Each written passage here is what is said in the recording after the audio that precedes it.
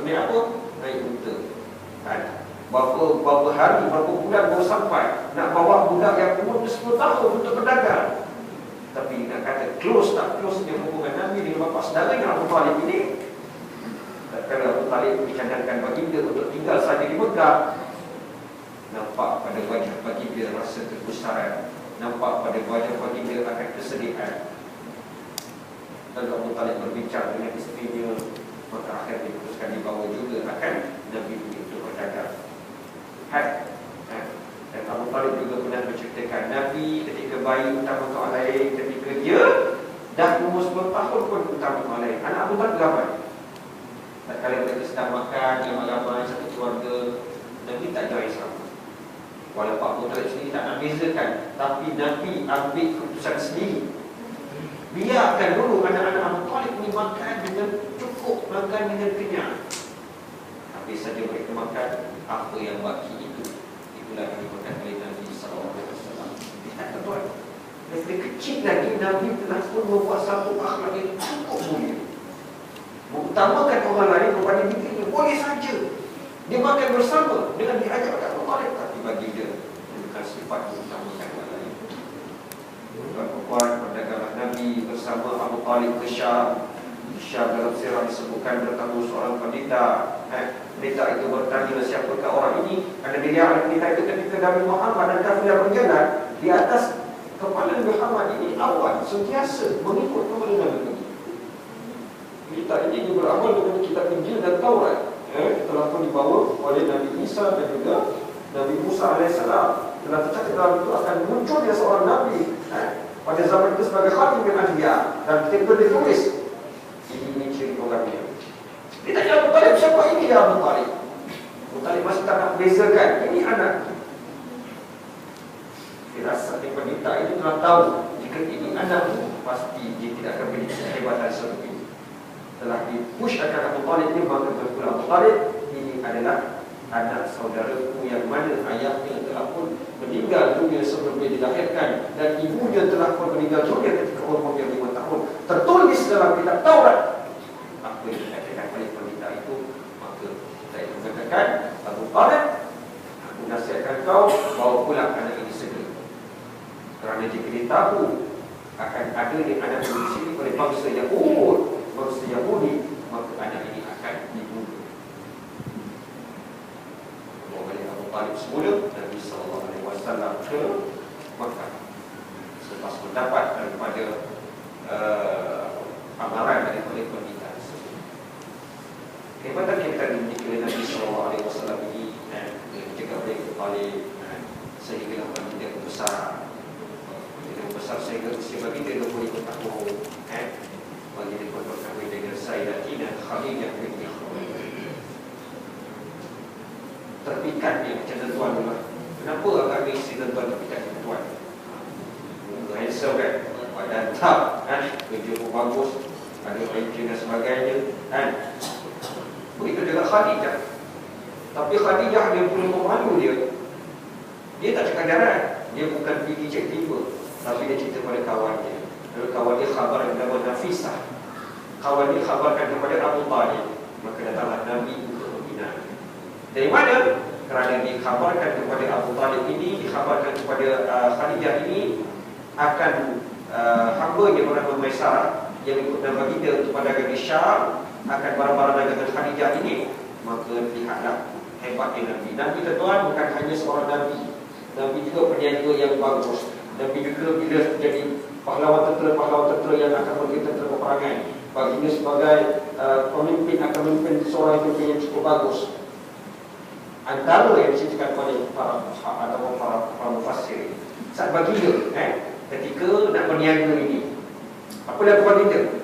Baginda bila berniaga tak pernah menipu. Satu, baginda bila berniaga tak kala seorang datang bertemu baginda, berniaga beli, pertandingan harga. Nabi akan berhadapan dengan orang yang berjual tersebut, pandang muka dia. Ini akhlak yang oleh Nabi. Jadi kalau kita di kedai, di mana-mana pun, bila tanya tokek ke, bila tanya tu kedai tu, dia punya ini berapa? Dia tak ada jawab. Kita pun fed up kan, tapi dah minta sendiri. Lebih pandang orang yang berdiri dengan dia. Tak kala ada orang belakang memanggil, Muhammad berapa harga ni? Nabi bukan sahaja pusingkan muka, Nabi memusingkan sendiri badannya berhadapan dengan harga tersebut. Kerana itulah salah satu faktor kenapa Nabi ini berjaya menjadi seorang pedagang yang berjaya. Dan kerana kehebatan akhlak yang dimiliki oleh Nabi ini menyebabkan Khadijah terpaut pada hatinya. Walaupun kala itu umur Khadijah baru 35, umur Nabi baru 25, bezanya 10 tahun, ada orang yang 40 tahun, 15 tahun. Tapi atas kemudian akhlak Nabi ini, maka berkata dari Khadijah binti Khuwailid, seorang janda yang telah pun 2 kali kahwin. Tuan ada gagal ada orang offer. Tuan teruna, tak pernah kahwin lagi. Ada janda dah 2 kali kahwin. Offer tuan kahwin dengan saya. Mau tak tuan? Kalau kaya ambillah, alhamdulillah. Mana tahu ada rezeki, InsyaAllah tuan. Kalau ada, jaga sikit, kena berani.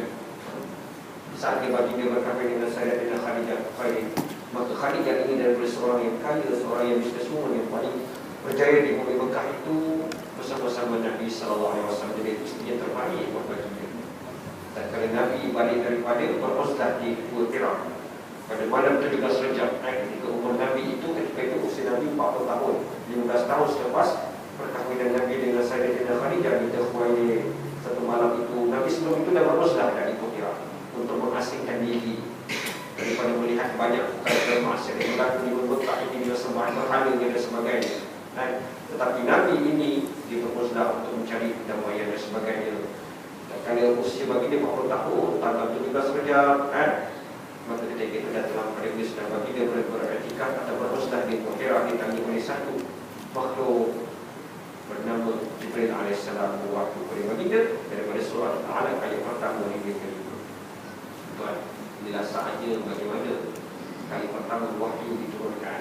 Wahyu ini tuan sebenarnya telah dibuat oleh Allah secara sekaligus. 30 juzuk itu dengan 144 surah itu telah berturun sekaligus daripada Allah kepada Baitul Izzah ini jadi dulu. Daripada langit dunia ini, maka sedikit-sedikit diturunkan kepada Nabi SAW. Dan yang pertama sekali diturunkan melalui surah Al-Alaq ayat pertama kelima, saat Nabi sedang beruzlah dalam Gua Hira. Letak Nabi ketakutan. Umpama itu tuan, kalau ada satu tempat, tak payah ada kat kubur, tak apalah, ada kat surau berbelas tengah malam, tiba-tiba nampak satu bayangan putih kat sini, agak-agak okey dah tuan. Saya rasa tuan okey, tuan buat imannya tak apa, kan? Nabi berusaha keluar Gua Hira, dihampiri lagi oleh makhluk tersebut. Jibril AS turun Nabi balik ke rumah, sampai di rumah tuan dalam keadaan menggigil. Maka Nabi minta kepada Khadijah serahkan diri keluar Khadijah. Kalau Khadijah patuh kepada arahan Nabi SAW sebutkan Nabi. Nampak Muhammad mukanya pucat, nampak Muhammad giginya menggigil.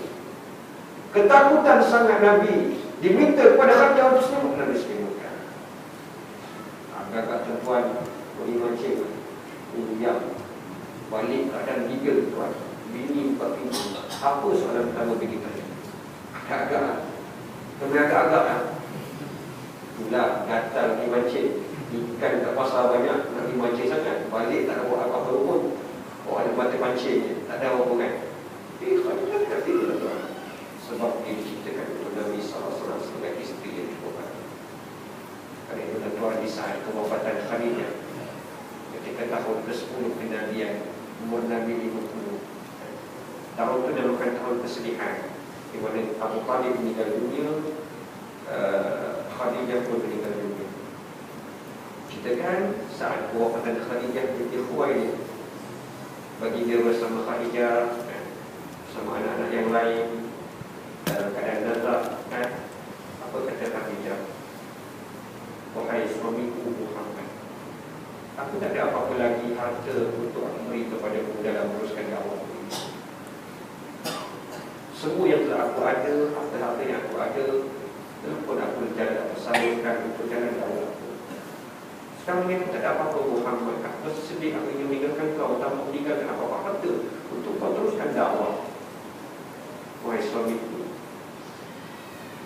jika aku mati kelak, maka kau ambillah tulang-tulangku yang ada dalam diri, kau juallah, dan hasil jualan itu kau gunakanlah untuk jalan dakwah kepada Allah. Tak ada harta tuan, dia minta Nabi, bila tak ada harta ini, bila Khadijah meninggal dunia, dia minta Nabi kalau boleh tulang-tulang ini diambil daripada badan Khadijah untuk dijual dan laku. Sumbangan itu, hasil jualan itu, minta Nabi gunakan untuk jalan dakwah. Tak kali itu datang Nabi Jibril alaihissalam ke rumah Nabi sallallahu alaihi wasallam.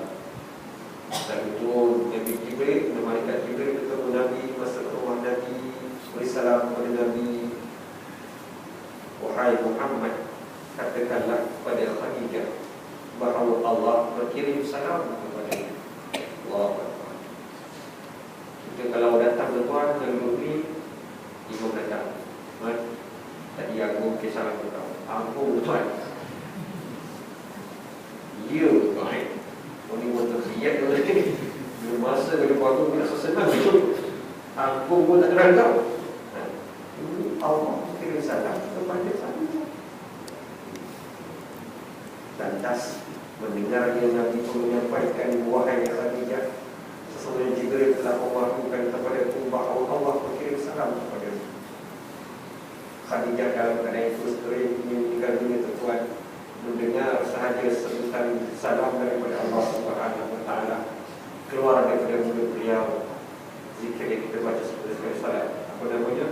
Allahumma antas salam wa minkas salam wa ilaika ya'udus salam fa hayna rabbana tada darajat salam tabaraka rabbana wa ta'ala ya zal jalali.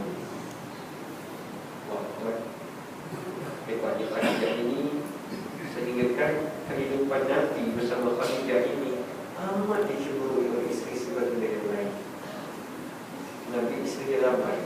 Yang paling muda namanya Aisyah binti Abu Bakar. Tak kala sedang menjadikan Idul Adha, sambutan Idul Adha ataupun hari Idul Adha, Nabi pesan kepada Aisyah, ya Aisyah, pastikan daging ini serahkan sebahagian kepada saudara-saudara dan juga kawan-kawan kepada Khadijah. Pada Khadijah kan Allah tinggal dunia.